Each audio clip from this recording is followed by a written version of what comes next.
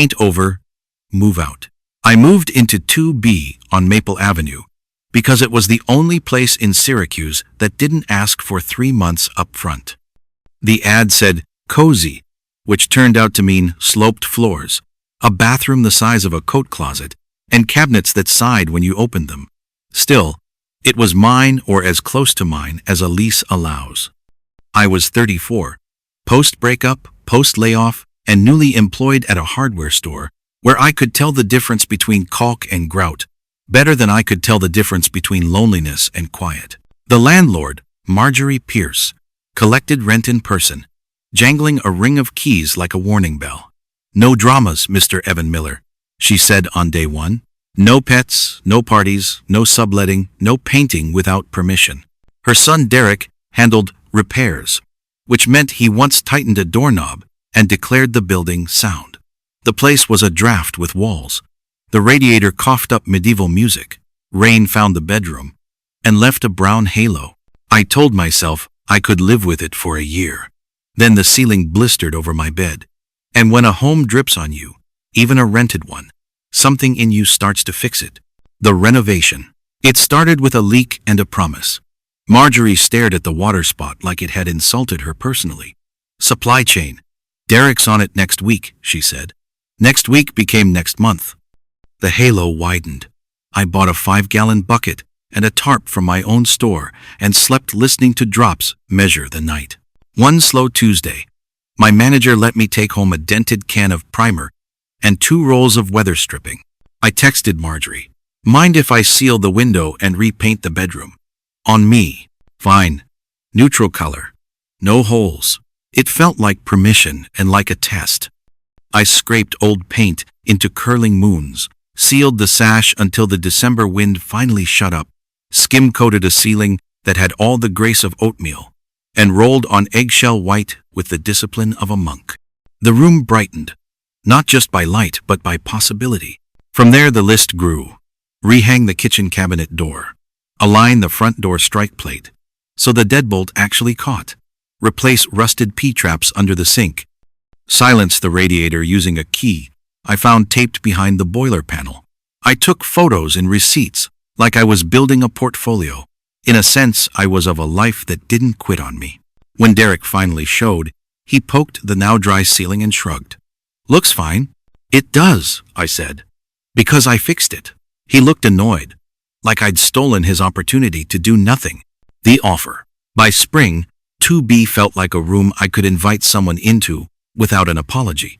I asked Marjorie for a modest rent reduction or credit. Not a demand, an ask, backed by before and after photos and a neat spreadsheet. Primer, joint compound, hardware, gaskets, new CO divided by smoke combo. Even the $4.89 I'd spent on shims to level a listing bookcase. She read my email and responded by text. "Marjorie, we appreciate responsible tenants." I waited. "Let's discuss at lease renewal." Lease renewal was in June. In May, she stopped by unannounced with a man in a navy blazer who smiled at my rug like he owned it. "This is Mr. Hollis does a little real estate," she said, voice sugar over ice. They toured the apartment as if I were the one visiting. "You did some work," Hollis observed, eyes taking notes on invisible paper. "Basic maintenance," I said. "Shows well," he murmured. After they left, my stomach knew what my brain refused. Improvements raise value of the unit and of my replaceability. The notice. 2 weeks later, an envelope appeared under my door. Notice of non-renewal. Formal, polite, lethal. Owner intends to renovate. 30 days. I called Marjorie. "You're evicting me for making your property habitable?" "Eviction is a legal proceeding," she sniffed. "We're simply choosing not to renew. Market rate has shifted. We'll be doing upgrades." "You mean the ones I already did?" Silence. Then, "Keys due by the end of next month." I sat on the newly leveled floor and felt the geometry of the room change from sanctuary to countdown. I called every friend. They offered couches and outrage. Outrage doesn't hold furniture. Couches hold a week. At the hardware store, Keisha from aisle 7 said, "You kept receipts, right?" "All of them." "Good. And photos. Put them in a cloud. Then talk to Tenants United. Don't say eviction again without a witness." The paper shield. Tenants United turned out to be a folding table in a basement church and 3 people who knew more law than Google.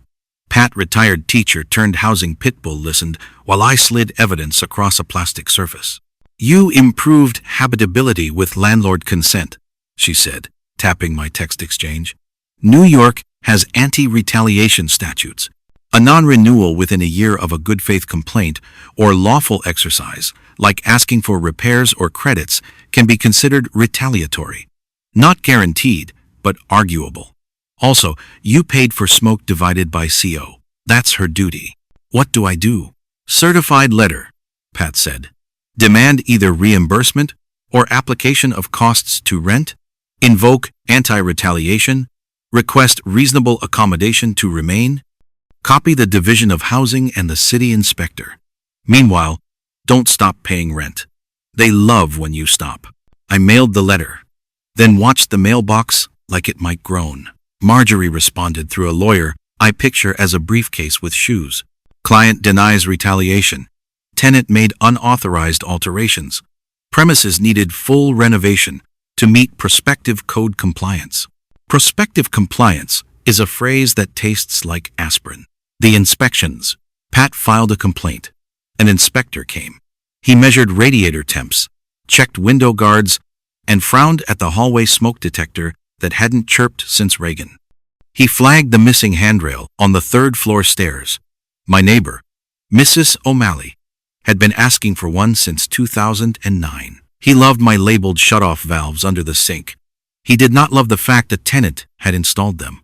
"Landlord responsibility," he said, writing. "Good workmanship, though." 2 weeks later, another letter. "Cure or abate." Marjorie had 30 days to install railings, replace detectors, fix the basement wiring that looked like a plate of angry spaghetti. My non-renewal date loomed anyway. I considered moving out early just to escape the chess game. Then I found a Craigslist listing. 2B Maple Ave, newly updated. Photos unmistakably mine. My rug, my plant, my centered art cropped so you couldn't see the Craigslist timestamp on my wall clock. "Open house Saturday." I printed it and brought it to Tenants United. Pat pursed her lips. "They're marketing with your improvements. Judge-friendly optics." That. Court day. Housing court. Smelled like old coffee and unfairness. I sat at the respondents' table with Pat and a volunteer attorney named Samir, who wore kindness like armor. Marjorie sat across the aisle with Derek and briefcase with shoes. The judge, a woman whose glasses could see through drywall, looked at our stack. Texts, consenting to paint and weather stripping, photos before and after, receipts, inspection citations, the Craigslist listing, my certified letter, their non-renewal. "Miss Pierce," the judge said, "why non-renew now?" "Market conditions," Marjorie said. "We intend to renovate. You are already advertising the unit as newly updated using the tenant's furnishings." "That was a mistake by the agent," briefcase said. "The agent will explain that mistake at a sanctions hearing, if needed," the judge said without blinking. Samir argued retaliatory non-renewal, that my request for a credit and subsequent complaint preceded their notice, that the building had outstanding violations, that my work improved habitability at no cost, that consent, while limited, existed. He requested either renewal at current rent with a credit plan or reimbursement and additional time to relocate. The judge steepled her fingers. "Miss Pierce, you will 1. Renew Mr. Miller's lease for a year with no increase. 2. Credit $1,432 to rent over 4 months for documented materials. 3. Refrain from advertising until violations are cured. 4. Permit a city reinspection. Retaliation is a serious allegation. I find sufficient indicia to protect the tenant." Marjorie whispered to Briefcase. Briefcase whispered back. They frowned in stereo. "That is acceptable," he said at last, like swallowing a dry pill. Terms and conditions. Victory felt less like fireworks and more like a leveled heartbeat. I signed renewal papers that afternoon. The credit hit the account the next month, the exact number I'd totaled, plus an odd $18 I couldn't place until I remembered the shims. Derek installed the stair rail, albeit crookedly. The inspector returned and passed the building with reluctant grace. Mr. Hollis vanished. The Craigslist ad disappeared. For 6 months, 2B was quiet, the kind of quiet that is earned, not lonely. Then a new envelope arrived, an offer to relocate voluntarily with a $3,000 goodwill payment and a flyer from Hollis Capital Partners. "We are modernizing Maple Avenue," it said, as if modernization were a sacrament. I brought it to Pat. "This time," she said, "they're trying to buy your consent instead of stealing it. If you want to move, make them pay properly moving costs, deposit at the new place, and your time. Or stay the year and let them sweat." I thought about it. I liked my small, dignified room I had coaxed back to life. But love and buildings are different. One you fight to keep, the other you leave before it forgets to be grateful again.